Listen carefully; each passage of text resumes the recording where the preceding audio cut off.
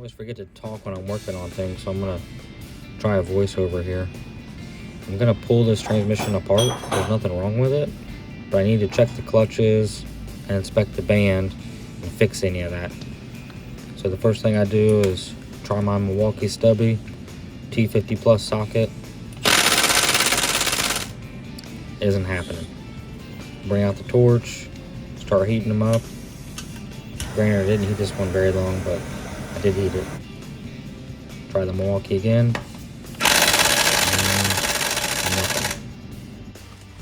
I ended up having to heat them up for a little bit longer, and then I've got an impact gun that plugs into a wall outlet.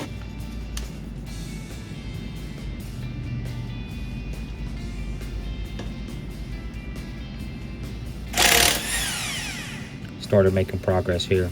Then we just repeated the steps.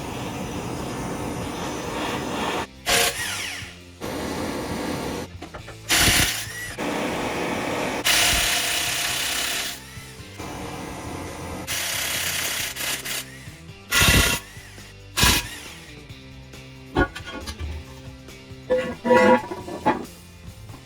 now I'm going to pull the servo assembly out. So you just depress the cover a little bit, get your screwdriver in behind there, pull that snap ring out. Once you get the snap ring out, I'll use a pick to pull some tension on the O-ring, and you can pull that cover straight out of there. And the servos and the pin all come out as one piece.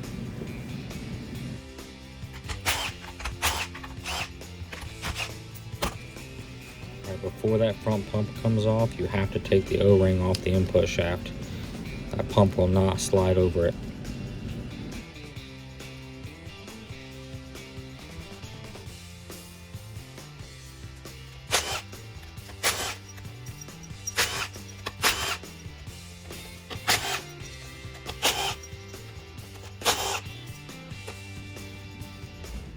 At this point, I'm realizing that I got a little ahead of myself. That front pump is not going to come out of there with the torque converter lockup solenoid in place.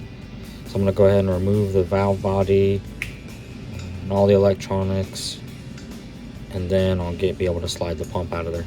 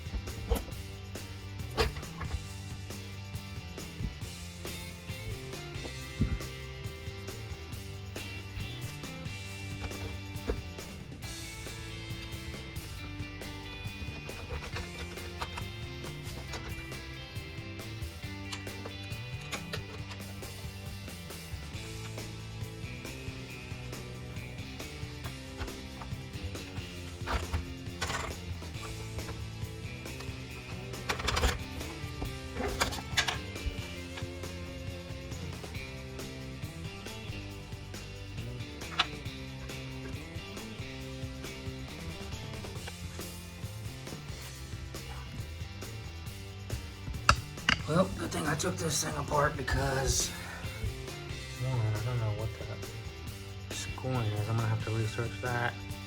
But this is a 3/4 clutch pack right on here. And as you can see, I measured it, and there are 105 thousandths clearance in there. That needs to be closer to 30 to 40 thousandths. So we're gonna replace that. Alright, instead of working on this thing on the floor, try this transition stand I bought on eBay.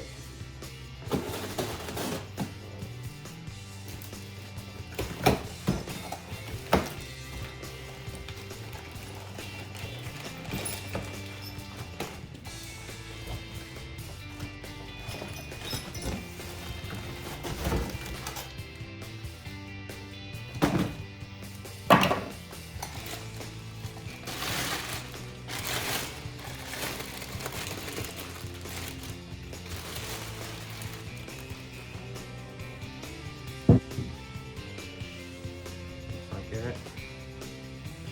Now we've got a engine stand. Bolt this too. Put that together right now. Stopped at Jake's High Performance and got more engine stand.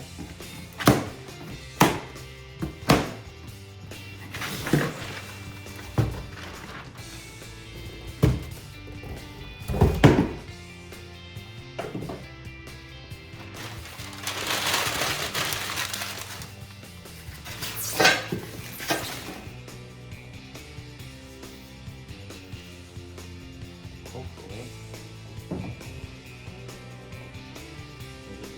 going up here. Doesn't look like it. So, maybe throwing some more bolt holes. Oh wow, we'll make it work.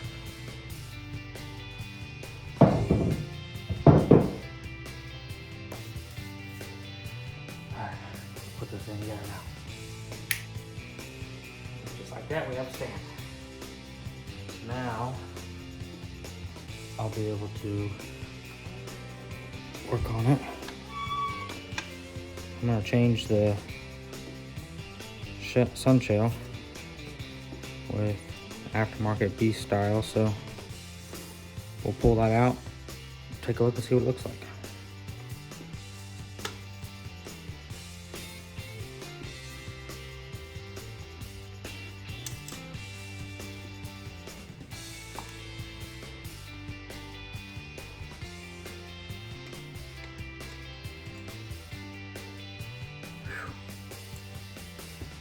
That sucked.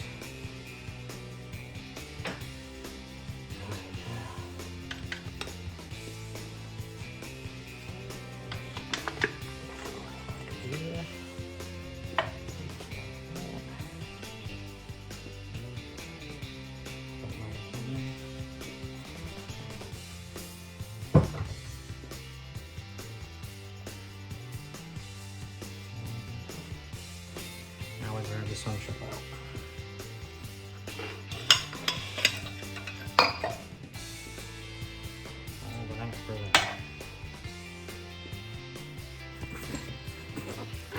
There's the new sun shell I'm gonna go with.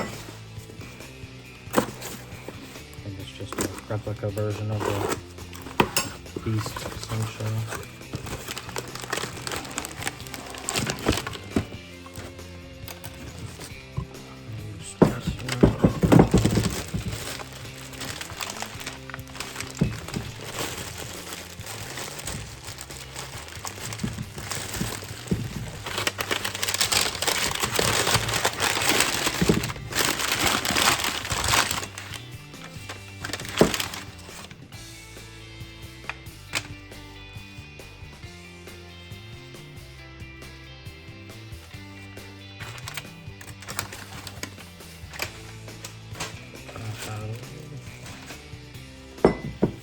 Comes with two of these. I wonder if they just threw an extra. I think they just threw an extra one in there by mistake. Keep those aside.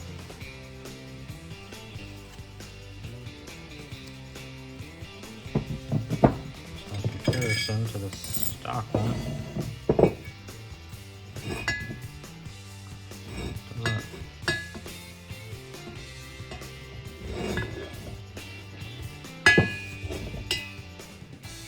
doesn't look too much different.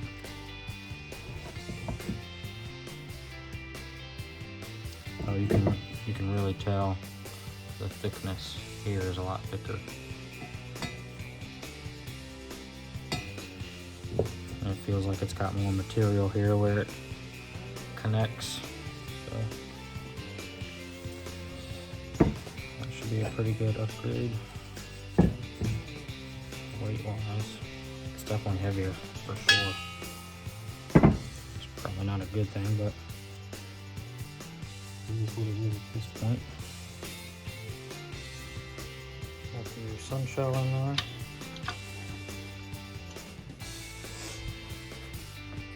And this is my new 3/4 clutch setup. Sunux HD backing and apply plates. And here's my clearance with 25 thousandths. Alright, now that the input drum is assembled and complete, I can drop it back down into the case. Takes a little bit of finessing to get the clutch packs and the gears to line up.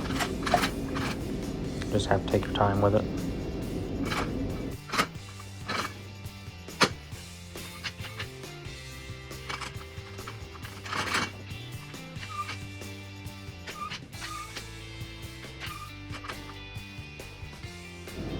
Alright, next piece that goes in is the band. I just drop that in to where the tangs line up. And then the hole on the other side for the anchor pin. I get this worked in, and then after that I'm going to put my servo assemblies in. I just want to check the clearance, make sure the reverse input drum can spin while I have the pump out. And then after I'm done with the servos, I'll slide the pump down in.